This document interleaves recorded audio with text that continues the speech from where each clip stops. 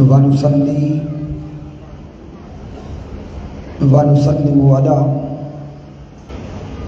سيدنا ومولانا محمد نبي الأمين المكين الكريم الرؤوف الرحيم. أما بعد فأعوذ بالله من الشيطان الرجيم. بسم الله الرحمن الرحيم. قال الله تبارك وتعالى في القرآن المجيد: قد نرى تقلب وجهك في السماء فلنولينك قبلة ترضاها. صدق اللہ مولانا العظیم. ان اللہ وملائکتہ یصلون علی النبی یا ایھا الذین آمنوا صلوا علیہ وسلموا تسلیما. الصلاۃ والسلام علیک یا سیدی یا رسول اللہ وعلی آلک واصحابک یا حبیب اللہ. اللہ رب العزت کی توفیق سے اور تاجدار کائنات صلی اللہ علیہ وآلہ وسلم کے نعلین پاک کے تصدق سے کامرا کی سرزمین پر ہم عظیم الشان سالانہ میلاد مصطفیٰ کانفرنس میں حاضر ہیں. اس عظیم الشان میلاد مصطفیٰ کانفرنس کے انعقاد پر ہدیہ تبریک و تحسین پیش کرتا ہوں اور مبارکباد پیش کرتا ہوں تحریک منہاج القرآن کامرا کے تمام قائدین و کارکنان کو.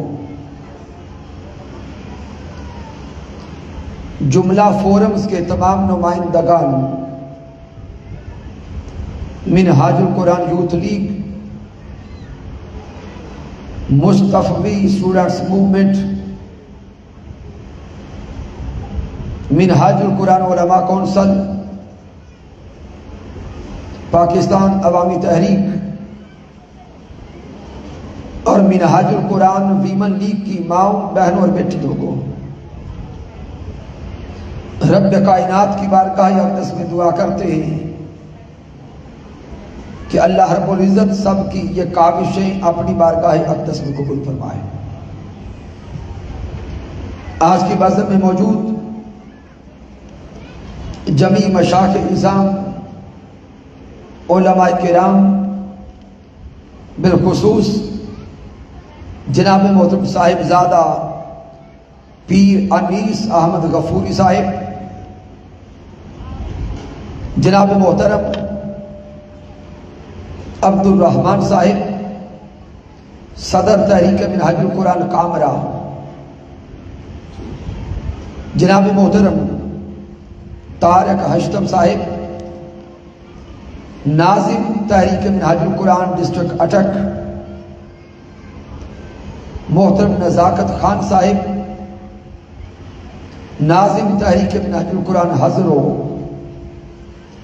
جناب محترم چودھری طاہر محمود صاحب منہاج القرآن انٹرنیشنل ہانگ کانگ کے عظیم رہنما، جناب محترم اکبر خان صاحب، محترم محبوب صاحب، محترم عبد الوحید صاحب اور جناب محترم عارف مصطفی صاحب اور دیگر تشریف فرما ہونے والے جمیع دیوان گان مصطفیٰ صلی اللہ علیہ وآلہ وسلم. سامعین، آج کے اس بزم کے لیے جس موضوع کو چنا ہے وہ ہے نماز اور دیدار مصطفیٰ۔ اس موضوع کو انتہائی توجہ کے ساتھ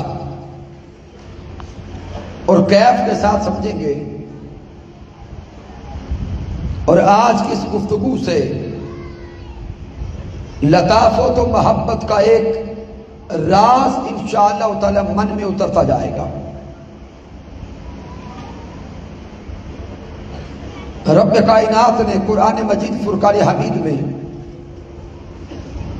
سورۃ البقرہ میں ارشاد فرمایا قد نرا تقلب وجہک فی السماء۔ سامعین محترم، اس آیہ مبارکہ کا شان نزول یہ ہے کہ جب آقا علیہ السلام نے مکہ سے مدینہ ہجرت فرمائی تو مدینہ طیبہ میں کم و بیش 17 مہینے آقا علیہ السلام نے بیت المقدس کی طرف رخ انور کر کے نمازیں پڑھی۔ مدینہ طیبہ کے گرد و نواح میں اہل کتاب رہتے تھے، عیسائی، یہودی اور نصرانی قبائل تھے۔ تو اہل کتاب نے ایک اعتراض کیا، ایک طعنہ دیا کہ یوں تو مسلمانوں کے نبی الگ دین کی بات کرتے ہیں، الگ شریعت کی بات کرتے ہیں، الگ نظام کی بات کرتے ہیں، لیکن نمازیں ہمارے قبلہ کی طرف رخ کر کے ادا کرتے ہیں۔ ادھر اہل کتاب کا یہ اعتراض کرنا تھا، محبوب علیہ السلام نے چاہا کہ اب قبلہ بدلا جائے، آقا علیہ السلام نے چاہا کہ اب قبلہ بدل کر بیت اللہ شریف کو بنایا جائے، کعبۃ اللہ کو بنایا جائے۔ تو میرے آقا علیہ السلام مسجد قبلہ تین میں ہیں، 4 رکعت نماز ادا کر رہے ہیں۔ دوران نماز میرے حبیب نے رخ انور اٹھا کے آسمانوں کی طرف دیکھا۔ دوران نماز آقا علیہ السلام نے چہرہ انور اٹھا کر آسمانوں کی طرف دیکھا۔ رب کائنات کا پیغام آیا قد نرا تقلب وجہک فی السماء۔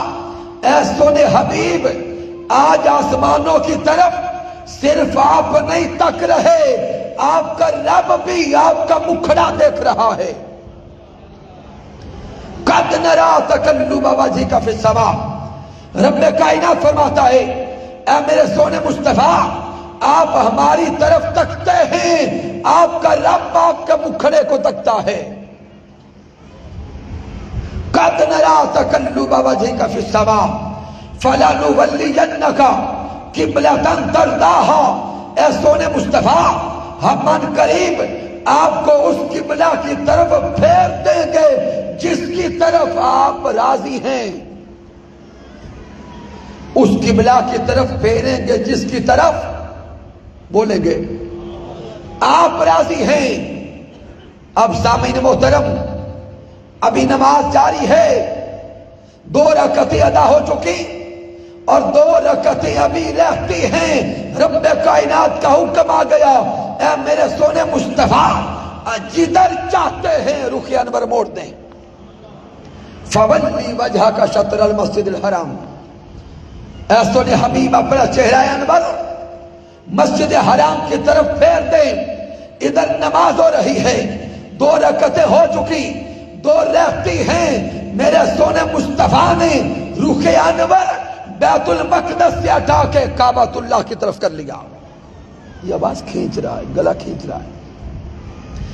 تو سامعین محترم، اب آقا علیہ السلام نے رخ انور بیت المقدس سے ہٹا کر کعبۃ اللہ کی طرف کیا۔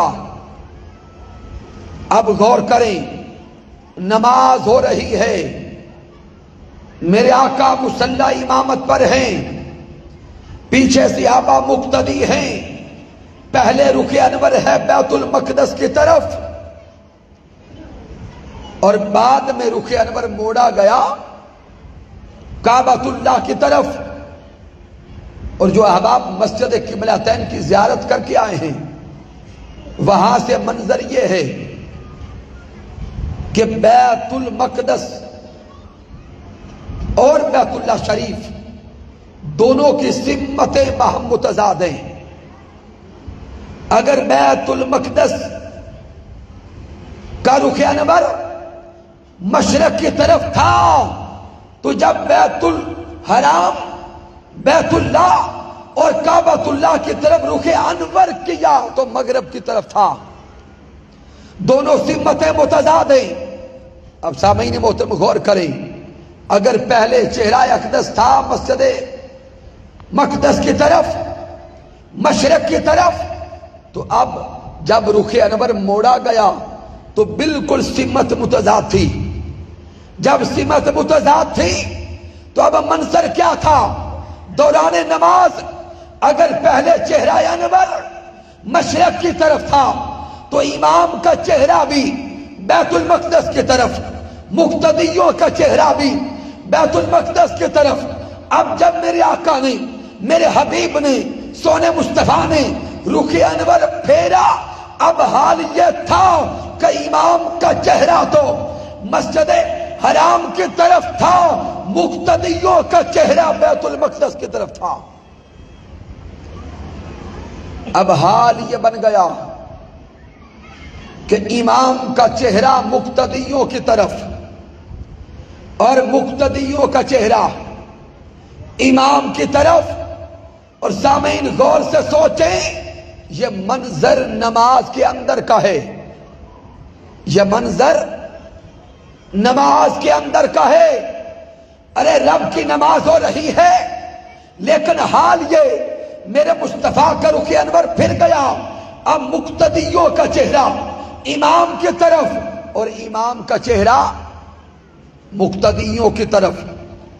اب امام چونکہ آگے ہوتا ہے، آقا علیہ السلام نے دوسری طرف آگے جانا تھا، اب میرے آقا علیہ السلام نے دوسری طرف آگے جانے کے لیے چلنا شروع کر دیا، صفوں کو چیرنا شروع کر دیا۔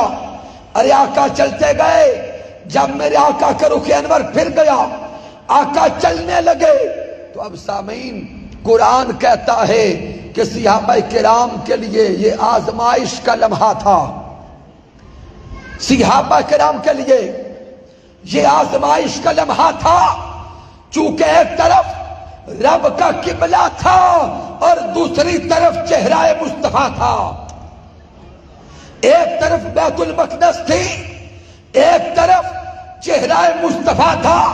ارے صدقے جائیں صحابہ کے ایمان پر، صدقے جائیں صحابہ کے تعلق مصطفیٰ پر، انہوں نے قبلہ نہیں دیکھا، جدھر جدھر مصطفیٰ کا چہرہ پھرتا گیا صحابہ کا چہرہ بھی پیچھے مڑتا گیا۔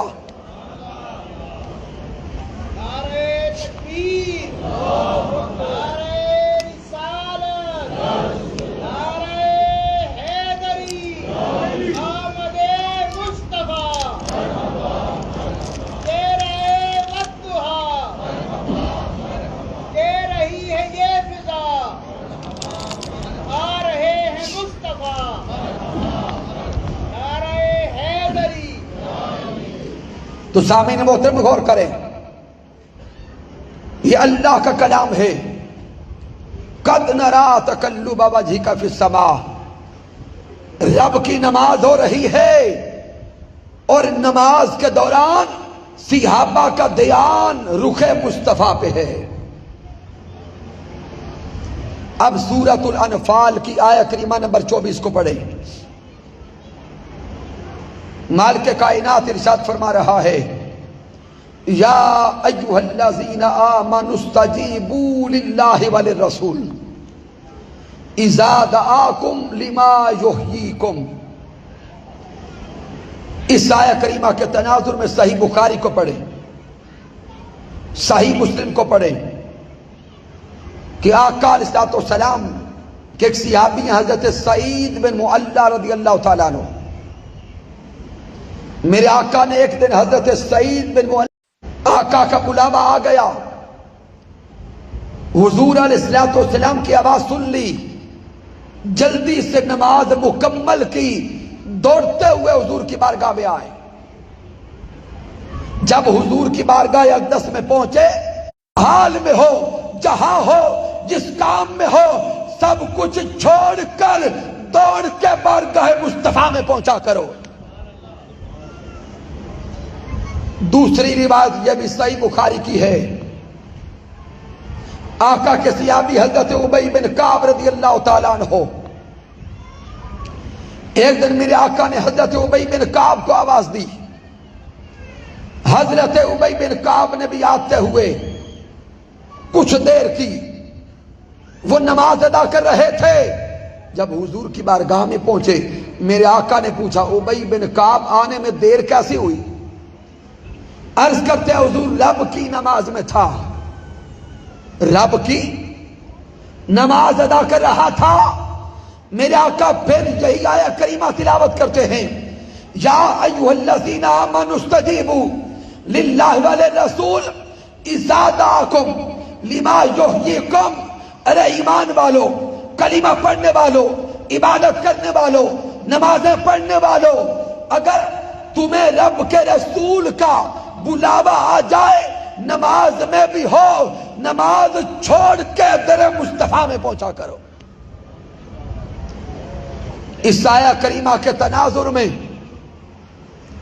اور ان دو حدیث نبوی کے تناظر میں امام شافعی رحمت اللہ تعالی علیہ فرماتے ہیں، حضرت امام احمد بن حنبل فرماتے ہیں کہ رب کے فرمان اور تاجدار کائنات کے فرمان سے یہ راز سامنے آ رہا ہے کہ بندہ فرض نماز ادا کر رہا ہو، کون سی نماز؟ فرض نماز ادا کر رہا ہو اور حضور کا بلاوا آ جائے، فرض نماز ادا ہو رہی ہو، آقا کا بلاوا آ جائے، ایمان والے پر، نماز پڑھنے والے پر لازم ہے کہ وہ نماز کو چھوڑ کر در مصطفیٰ پہ پہنچے، نماز کو چھوڑ کر در مصطفیٰ پہ پہنچے۔ اور امام شافعی آگے لکھتے ہیں کہ نماز چھوڑ کے چلا گیا، حضور نے اپنے کسی کام لگا دیا، پیارے آقا نے کسی کام بھیجا، اب وہ شخص ادھر نماز چھوڑ کے گیا ہے، آگے حضور کی بارگاہ میں ہے، آقا کے کام میں ہے، آقا نے کسی کام لگا دیا، سودا سلف لینے بھیجا، کوئی کام کرنے بھیجا، وہ حضور کے کام میں لگ گیا، جب کام مکمل ہو گیا، امام شافعی فرماتے ہیں جب آقا کا کام مکمل ہو گیا، وہ لوٹ آئے، نماز کو جہاں سے چھوڑا تھا وہیں سے نماز شروع کر لے، اس کی نماز ٹوٹی نہیں ہے، وہ نماز کے اندر ہے۔ اب سامعین محترم، آج کے سمادیت کے دور میں کچھ لوگ کہتے ہیں کہ نماز میں اگر نبی کا دھیان آ جائے تو نماز نہیں ہوتی۔ آئیے ان آیات قرآنیہ کے پیش نظر اور ایک درجن سے احادیث نبوی ہیں، وقت نہیں کہ میں وہ سارے کی ساری احادیث آپ تک سنا دوں، لیکن صرف دو احادیث نبوی کا سہارا لے کر مضمون مکمل کرتے ہیں، جس سے یہ راز سمجھ آئے گا کہ نماز میں کیا حضور کا دھیان آئے تو نماز ہوتی ہے یا نہیں ہوتی۔ صحیح بخاری اور صحیح مسلم کو پڑھیں، کتاب الصلاۃ، اور یہ حدیث مبارکہ امام بخاری صحیح بخاری میں کئی بار لائے ہیں۔ حضرت سہل بن سعد ساعدی رضی اللہ تعالیٰ عنہ راوی ہیں کہ آقا علیہ السلام نے نماز ظہر مسجد نبوی میں ادا کی، اور قریب ایک قبیلہ تھا، قبیلہ بنو اوف. اس قبیلہ میں کچھ لوگوں میں کوئی رنجش تھی، ناراضگی تھی، میرے آقا صلح کروانے گئے. آقا علیہ السلام ابھی اسی قبیلہ میں تھے کہ نماز عصر کا وقت ہو گیا. آقا علیہ السلام کے ساتھ صرف چند صحابہ تھے، باقی کثیر صحابہ مدینہ طیبہ میں. نماز عصر کا وقت ہوا. حضرت بلال حبشی رضی اللہ تعالی عنہ نے عصر کی اذان کہی. صحابہ مسجد نبوی میں جمع ہو گئے اور حضرت بلال حبشی رضی اللہ تعالی عنہ حضرت صدیق اکبر سے عرض کرتے ہیں کہ سونے آقا تو موجود نہیں، آپ جماعت کروا دیں. کیا کریں؟ جماعت کروا دیں. حضرت صدیق اکبر عرض کرتے ہیں کہ میری یہ ہمت نہیں کہ حضور کے پیچھے جماعتیں کرواتا پھروں. آپ کہتے آقا کا انتظار کریں. آقا کے انتظار میں جمی صحابہ بیٹھ گئے. آقا علیہ السلام کے آنے میں وقت لگ گیا. قریب تھا کہ نماز عصر کا وقت جاتا رہتا. پھر صحابہ حضرت ابو بکر صدیق سے ریکویسٹ کرتے ہیں چونکہ آقا تشریف نہیں لائے، نماز کے ضائع ہونے کا خطرہ ہے، آپ جماعت کروا دیں. حضرت ابو بکر صدیق مان گئے. اب حضرت صدیق اکبر مصلی امامت پر ہیں، باقی صحابہ پیچھے مقتدی ہیں، لیکن حضرت صدیق اکبر امامت کروانے کے لیے وہاں کھڑے نہیں ہوئے جہاں میرے آقا کھڑے ہوتے، پیچھے کھڑے ہوئے. اور اتنا پیچھے کہ جب سجدہ کریں تو سر وہاں پہ آئے جہاں پہ حضور کے قدم آتے. اب سامعین محترم، نماز شروع ہو گئی. صحابہ پیچھے صف میں ہیں، نماز ہو رہی ہے.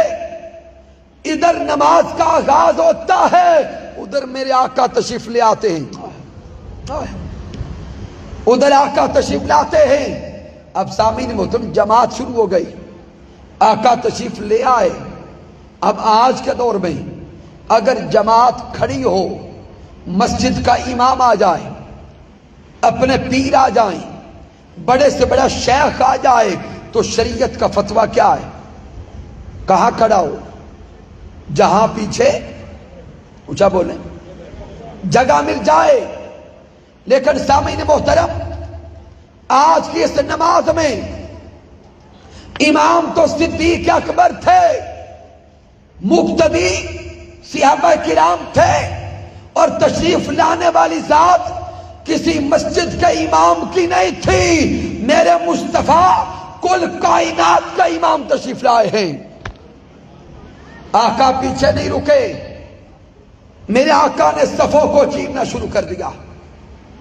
آخری صف کو چیرا تو جب آخری صف کے صحابہ کو حضور کے آنے کی خبر ہوئی، وہ آگے والوں کو بتانے کے لیے یوں ہاتھ پہ ہاتھ مارنے لگے. دوران نماز تالیاں بجائیں. اگلے صحابہ کو پتا چلا، وہ تالیاں بجانے لگے. جن جن صحابہ کو حضور کے آنے کی خبر ہوتی گئی، وہ امام کو بتانے کے لیے تالیاں بجا رہے تھے. کیا کر رہے تھے؟ تالیاں بجا رہے تھے. حدیث پاک کے الفاظ فصفق الناس، کہ جتنے بھی نمازی مسجد میں تھے وہ سب تالیاں بجا رہے تھے. اور یہ ہو کیا رہا ہے؟ رب کی نماز ہو رہی ہے. جمی صحابہ تالیاں بجا رہے ہیں، اور اس لیے بجا رہے ہیں کہ آج کی ہماری نماز کا امام صدیق اکبر متوجہ ہوں. پیارے حضور آ گئے، پیارے آقا آ گئے، امام الانبیاء آ گئے. جب حضرت صدیق اکبر نے تالیوں کی گونج سنی تو متوجہ ہوئے کہ کچھ تو ہوا ہے، کہ صحابہ نماز میں تالیاں بجا رہے ہیں. حدیث پاک کے الفاظ کہ حضرت صدیق اکبر نے دوران نماز گردن موڑ کے دیکھا کہ ماجرا کیا ہے، گردن موڑ کے دیکھا کہ ماجرا کیا ہے۔ جب صدیق اکبر نے پیچھے دیکھا تو میرے آقا پہلی صف تک آ چکے تھے۔ صدیق اکبر نے آقا کو دیکھ لیا، بس حضور کو دیکھتے گئے، مصلی امامت چھوڑ دیا، مصلی امامت چھوڑ دیا، قدم پیچھے سرکائے۔ ادھر صدیق اکبر قدم پیچھے کرتے ہیں، سونے آقا فرماتے ہیں ابو بکر نماز مکمل کرواؤ، اے ابو بکر نماز مکمل کروا دو۔ جب آقا نے یہ فرمایا، صدیق اکبر جہاں پہنچے تھے وہی کھڑے ہو کر صدیق اکبر نے اپنے بازو اٹھا دیے، ہاتھ اٹھا دیے آسمانوں کی طرف، اور اللہ کی حمد بیان کی، اللہ کا شکر ادا کیا کہ مولا تیرا شکر ہے کہ تیرے حبیب نے مجھے اس قابل جانا کہ میں نمازیں پڑھا سکوں۔ اللہ کا شکر ادا کیا، اللہ کا شکر ادا کر کے ہاتھ نیچے کیے، آگے مصلی امامت پہ نہیں گئے، پیچھے جائے۔ صدیق اکبر پہلی صف میں آئے، آقا مصلی امامت پہ گئے، نماز پڑھا دی۔ جب میرے آقا نے نماز مکمل کروا دی، نماز پڑھا دی، اب صدیق اکبر سے سوال کرتے ہیں اے ابو بکر، جب میں نے حکم دیا تھا تو پھر روکا کس شے نے تھا؟ جب میں نے نماز پڑھانے کا حکم دیا پھر روکا کس شے نے تھا؟ تو صدیق اکبر ہاتھ جوڑ کر عاجزی سے، انکساری سے، ادب سے حضور کی بارگاہ میں عرض کرتے ہیں اے سونے آقا، ابو قحافہ کے بیٹے کی کیا مجال کہ سونے مصطفیٰ پیچھے کھڑے ہوں اور وہ آگے کھڑے ہو کے نمازیں پڑھاتا پھرے۔ نعرہ تکبیر، نعرہ رسالت، نعرہ رسالت۔ حضرت صدیق اکبر کے جملوں پہ غور کریں، حضرت صدیق اکبر کا ادب دیکھیں، حضرت صدیق اکبر کی عاجزی دیکھیں، اپنا نام بھی نہیں لیتے، اپنا نام بھی مٹا دیا۔ عرض کرتے سونے آقا، ابو قحافہ کے بیٹے کی کیا مجال، ابو قحافہ کے بیٹے کی کیا مجال کہ حضور پیچھے کھڑے ہوں اور وہ آگے کھڑے ہو کے نمازیں پڑھاتا پھرے۔ حضور شاہ علیہ السلام ڈاکٹر محمد طاہر القادری کے الفاظ یہاں پہ کمال عشق برے ہیں۔ آپ فرماتے صدیق اکبر نے جب اپنا نام بھی مٹا دیا تو گویا صدیق اکبر عرض کر رہے تھے سونے حضور، ابو قحافہ کے بچڑے کی کیا مجال، ابو قحافہ کے بچڑے کی کیا مجال کہ سونے مصطفیٰ پیچھے کھڑے ہوں اور وہ آگے کھڑے ہو کے نمازیں پڑھائے۔ لیکن سامعین محترم، جو نکتہ دینا چاہتا ہوں، آپ نے یہ سارا منظر سن لیا، روایت بخاری و مسلم کی متفق علیہ ہے، نماز کے اندر تالیاں بھی بج رہی ہیں، نماز کے اندر امام مڑ کے پیچھے دیکھ بھی رہا ہے، نماز کے اندر امام ہاتھ اٹھا کر اللہ کا شکر بھی ادا کر رہا ہے۔ ذہن میں سوال پیدا ہوتا ہے کیا نماز ٹوٹ گئی یا جاری رہی؟ سامعین محترم، آج کے دور میں اگر نماز میں یہ حرکات کی جائیں تو کیا ہماری نماز رہتی ہے؟ پیچھے تک سارے اونچا بولیں، نہیں رہتی۔ آج کے دور میں اگر دوران نماز ایسی حرکت ہم کریں تو نماز نہیں رہتی۔ سوال پیدا ہوتا ہے کہ شریعت بھی وہی، فتویٰ بھی وہی، پیغام بھی وہی، ہماری رہتی نہیں، صحابہ کی ٹوٹی نہیں۔ نعرہ تکبیر، نعرہ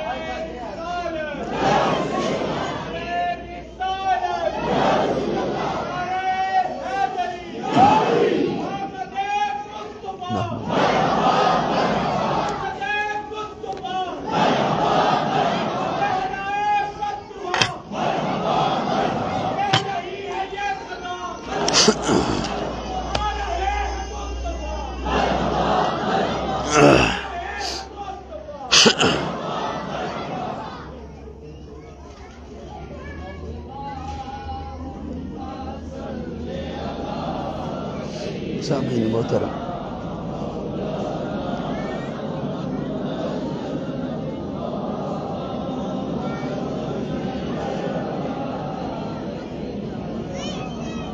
تو سامعین محترم، آئیے آج یہ سوچتے جائیں اور یہ سمجھتے جائیں کہ اگر آج کے دور میں کوئی انسان نماز میں یہ حرکت کرے تو نماز رہتی نہیں ہے۔ سوال پیدا ہوتا ہے کہ ہماری رہتی نہیں اور صحابہ کی ٹوٹی کیوں نہیں؟ آپ قرآنی آیات کریمہ کو دیکھ چکے، احادیث نبویہ کو دیکھ چکے۔ سامعین محترم، اب ذہن میں ایک سوال کو قائم کرتے ہوئے سوچتے چلے جائیں، 1400-1500 سال گزر گئے، دوسروں پہ فتوے لگانے والے، باقی ہر امر میں تو فتوے لگ گئے، لیکن یہ فتویٰ کوئی نہ دے سکا کہ نماز میں حرکات بھی ہوتی رہیں اور صحابہ کی ٹوٹ گئی۔ کیوں؟ اس لیے کہ صحابہ کرام کے ایک طرف رب کی نماز تھی، دوسری طرف نماز والے خود مصطفیٰ تھے۔ اس لیے کہ نماز ٹوٹتی کیسے ہے؟ فتویٰ یہ ہے کہ نماز میں اگر غیر اللہ کا دھیان آئے تو نماز ٹوٹ جاتی ہے۔ نماز میں اگر غیر اللہ کا دھیان آئے تو نماز ٹوٹ جاتی ہے۔ ادھر یہ دھیان صحابہ کا غیر اللہ کی طرف نہیں تھا، ارے یہ تو وجہ اللہ تھے، میرے سونے مصطفیٰ غیر اللہ نہیں ہیں، اطاعت اللہ ہیں، محبت اللہ ہیں، رضا اللہ ہیں، وجہ اللہ ہیں۔ ارے مصطفیٰ کی طرف دھیان کرنے سے نماز ٹوٹتی نہیں۔ منہاج القرآن کا فتویٰ تو یہ ہے ہماری نماز اس وقت تک ہوتی نہیں ہے جب تک نماز میں مصطفیٰ کا دھیان نہ جائے۔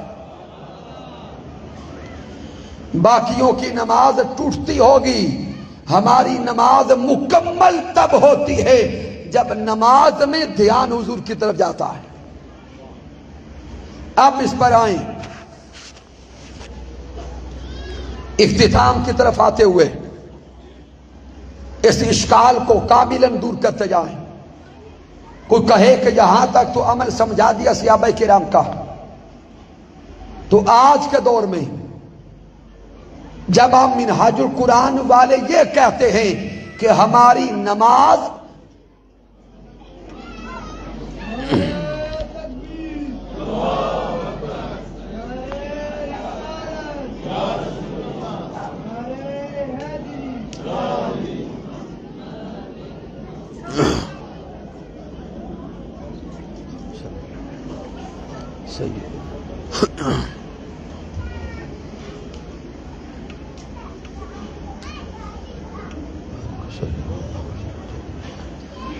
یہ تو سامعین محترم اختتام پر آئیے نماز کے اندر کا منظر دیکھیں۔ جب ہم نماز ادا کرتے ہیں، رب کائنات نے ہماری نماز میں سونے مصطفیٰ پہ سلام رکھا ہے، سونے حبیب پر سلام رکھا ہے، اور نماز کو ایک مزدوری سمجھے۔ یہ مزدوری ہے اللہ کو راضی کرنے کے لیے، یہ کاوش ہے اپنے اللہ کو راضی کرنے کے لیے۔ اب اس نماز کے ارکان پہ آئیں۔ انسان نے نماز سے پہلے وضو کیا، مزدوری کا آغاز ہو گیا۔ وضو کے بعد مصلی پہ آیا، پھر تکبیر تحریمہ کہی، پھر قیام کیا، پھر رکوع کیے، پھر سجدے کیے۔ پھر قاعدہ ہے، جلسہ ہے۔ اب انسان اللہ کا بندہ اللہ کو راضی کرنے کے لیے تگ و دو کر رہا ہے، محنت کر رہا ہے، سعی کر رہا ہے، نماز ادا کر رہا ہے۔ پہلے وضو کرتا ہے، پھر نماز میں آتا ہے، قیام ہے، رکوع ہے، سجود ہے۔ اب جب یہ ساری ارکان ادا کر چکا تو ادب سے رب کی بارگاہ میں بیٹھا، کچھ مانگنے کے لیے تھا، کچھ مانگنے کے لیے، اور عرض کرتا ہے التحیۃ للہ والصلوات والطیبات۔ عرض کرتا ہے مولا نمازیں تیرے لیے، بندگی تیرے لیے، عبادت تیرے لیے، اس دنیا میں آنا تیرے لیے، بولنا تیرے لیے، اٹھنا تیرے لیے، بیٹھنا تیرے لیے۔ یہ ساری اب آرزو مندیاں ہیں، یہ انکساری ہے، عاجزی ہے، رب کی بارگاہ سے مزدوری لینے کے لیے رونا ہے۔ اب دیکھیں نا، جب بندہ کسی سے لینے کے لیے ہاتھ بڑھاتا ہے تو عاجزی کرتا ہے، انکساری کرتا ہے۔ اب رب کی بارگاہ میں کچھ لینے کے لیے بندہ ادب سے بیٹھ گیا، عرض کرنے لگ گیا التحیۃ للہ والصلوات والطیبات۔ رب کائنات کی آواز آئی، بندے مان گیا، تو نے مزدوری کی، قیام بھی کیا، رکوع بھی کیے، سجود بھی کیے، اب ادب سے بیٹھا ہے۔ اگر مجھے راضی کرنا چاہتا ہے، میری بارگاہ سے رضا کا پروانہ چاہتا ہے، میں راضی تب ہوں گا پہلے مجھے میرے یار کا نام سنا۔ ہائے ہائے، پہلے مجھے میرے یار کا نام سنا، پہلے میرے یار کی تعریف کر، پہلے میرے یار کا ادب کر، محبوب کا ذکر کر۔ یارو سوچو تو صحیح، کسی سے کچھ لینا ہو، اس کے سامنے اس کے یار کا نام لیں تو وہ مان جاتا ہے، وہ مان جاتا ہے۔ حضور شیخ الاسلام نے ایک واقعہ سنایا تھا اوائل دور میں، حضرت شاہ سلیمان توسوی رحمت اللہ تعالی علیہ۔ آپ نے یہ توسا شریف کا علاقہ دیکھا ہوگا، گاؤں ہیں، تو حضرت شاہ سلیمان توسوی رحمت اللہ علیہ آپ کی زمینیں، آپ نے فصل بیجی، ہر روز رات کو کوئی آجڑی آتا اور فصل خراب کر جاتا۔ حضرت شاہ سلیمان توسوی رحمت اللہ تعالی علیہ نے بندہ رکھا رات کو رکھوالی کے لیے، لیکن جس کو رکھوالی پہ رکھا وہ بھی سو گیا۔ آجڑی رات کو آیا، پھر فصلیں خراب کر گیا۔ جب فصلیں خراب ہوتی رہیں، ایک رات حضرت سلیمان توسوی نے کہا کہ آج رات رکھوالی کرنے ہم خود جاتے ہیں۔ حضرت شاہ سلیمان توسوی نے مسلح اٹھایا، جا کے کھیت میں ڈالا، اللہ اللہ کرنے لگ گئے۔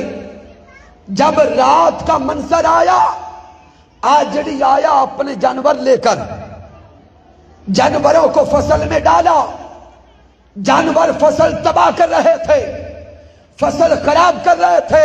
حضرت سلیمان توسوی اس سرائکی بولی میں بولتے ہیں، کیڑے ہیں، آئے ہیں، اس کی لطافت لیجئے گا، سرائکی میں آواز دیتے ہیں، کیڑے ہیں۔ اگلے کا نام تھا محمد، جو آجڑی تھا اس کا نام تھا محمد، وہ بھی اپنی سرائکی میں بولتا ہے محمودہ۔ ادھر پوچھتے ہیں کیڑے ہیں، وہ اپنا نام بتاتا ہے کہ محمودہ۔ جب نام محمد سامنے آیا، حضرت سلیمان توسوی پہ غشی طاری ہو گئی، سلیمان توسوی پہ کیفیت طاری ہو گئی، غش کھا کے بول کے کہتے ہیں حالا محمودہ تا چرائی بد، محمدہ تا چرائی بد۔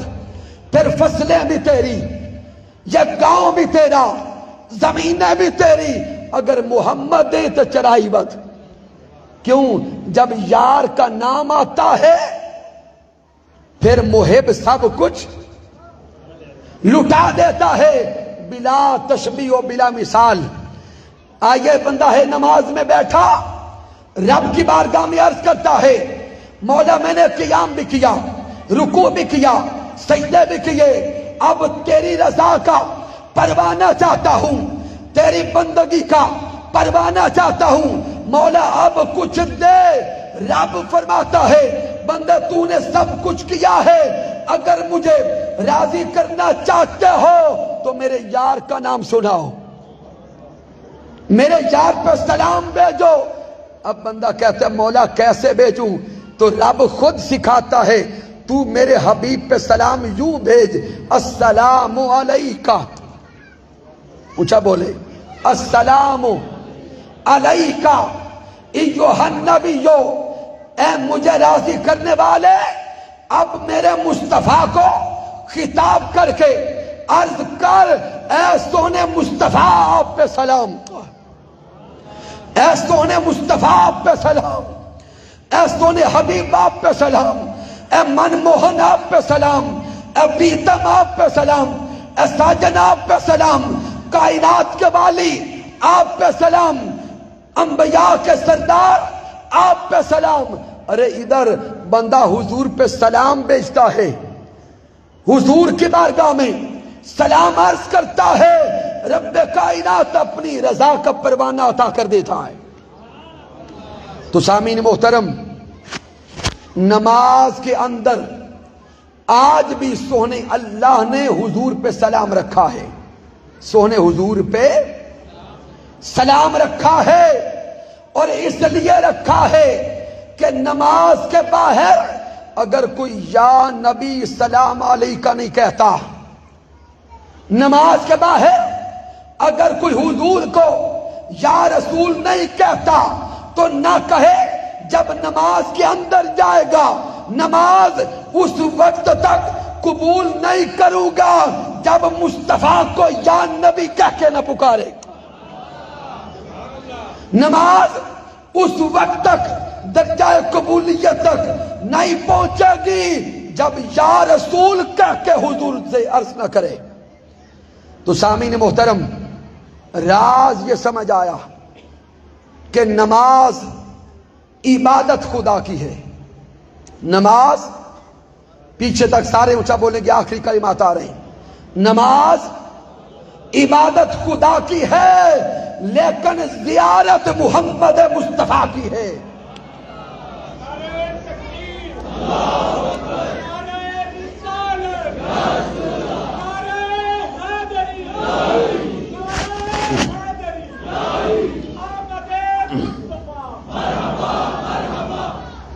اس لیے نمازیں پڑھنے والوں، اگر چاہتے ہو کہ ہماری نمازیں قبول ہو جائیں، اگر چاہتے ہو کہ یہ نمازیں درجہ قبولیت تک پہنچ جائیں تو سن لو، نماز اس وقت تک قبول نہیں ہوتی جب تک یہ عبادت خدا کی نہ ہو اور زیارت محمد مصطفیٰ کی نہ ہو۔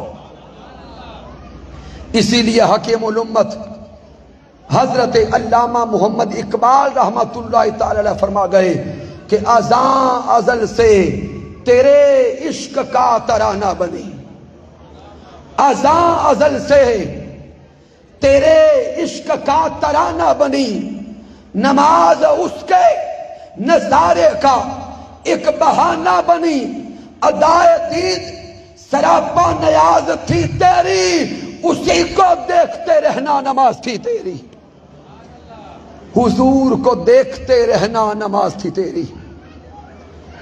آج کے عظیم الشان میلاد مصطفیٰ کانفرنس کے انعقاد پر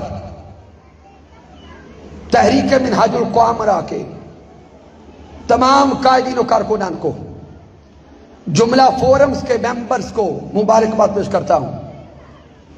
مبارکباد کے مستحق ہیں وہ تمام محنت کرنے والے جنہوں نے بالخصوص اس ماہ تحریک منہاج القرآن کے لیے خدمات سر انجام دی ہیں۔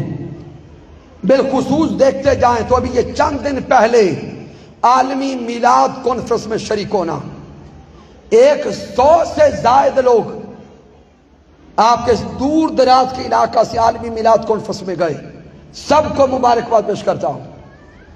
پھر اس سے پیچھے اسی ماہ یا پچھلے ماہ ریگولر دیکھتے چلے جائیں تو سیلاب زدگان کے لیے جو محنت کی گئی، جو اپنے مسلمان بھائیوں کی ہمدردی کے لیے محنت کی گئی، سامان پہنچا کے ان کی دلجوئی کی گئی، وہ کام بھی قابل ستائش ہے۔ پھر سامعین محترم، آخری جو پیغام دے رہا ہوں، تحریک منہاج القرآن اس مادیت کے دور میں، اس فتنہ کے دور میں تاجدار کائنات صلی اللہ علیہ وآلہ وسلم کے در اقدس تک پہنچنے کے لیے ایک سفینہ ہے۔ اس مادیت کے دور میں اگر کوئی سوئے گنبد خضرا جانا چاہتا ہے اور گنبد خضرا جانے کے لیے کسی سفینے کی تلاش میں ہے تو وہ سمجھ لے اس صدی کا وہ سب سے اہم سفینہ تحریک منہاج القرآن ہے۔ آؤ حضور کو راضی کرنے کے لیے، آؤ تاجدار کائنات کے دین کی نوکری کرنے کے لیے، آؤ حضور علیہ السلام کے دین کی چاکری کرنے کے لیے تحریک منہاج القرآن کے رفیق بنتے جاؤ، اور تحریک منہاج القرآن کی سنگت میں آنے کے لیے، رفاقت میں آنے کے لیے تحریک منہاج القرآن کا رفاقت فارم یہ ہے۔ جو ساتھی تحریک منہاج القرآن کا تعارف پا چکے ہیں لیکن ابھی تک ادارے کے رفیق نہیں بنے، ابھی تک حضور شیخ الاسلام کی رفاقت میں نہیں آئے، آج عہد کرتے جائیں، فارم اپنے ساتھ لیتے جائیں، یہ فارم فل کر کے ہمارے ان تنظیمی ساتھیوں تک پہنچا دیں۔ اور اس رفاقت کا فائدہ کیا ہے؟ حضور شیخ الاسلام فرماتے ہیں، اللہ کی عزت کی قسم اور بڑی بات نہیں کرتے، کل جب آنکھیں بند ہوں گی اور قبر کی پہلی رات آئے گی، قبر کی پہلی رات آئے گی، حضور شیخ الاسلام فرماتے ہیں بندے تو قبر میں پہنچ، پہلی رات تجھے پتہ چل جائے گا کہ تحریک منہاج القرآن کی رفاقت کیا ہے، تحریک منہاج القرآن کی رفاقت کیا ہے۔ یہ دین متین کی چاکری کی سند ہے، یہ دین متین کی محمد سے وفا تو نے تو ہم تیرے ہیں، یہ جہاں چیز ہے کیا لوح و قلم تیرے ہیں۔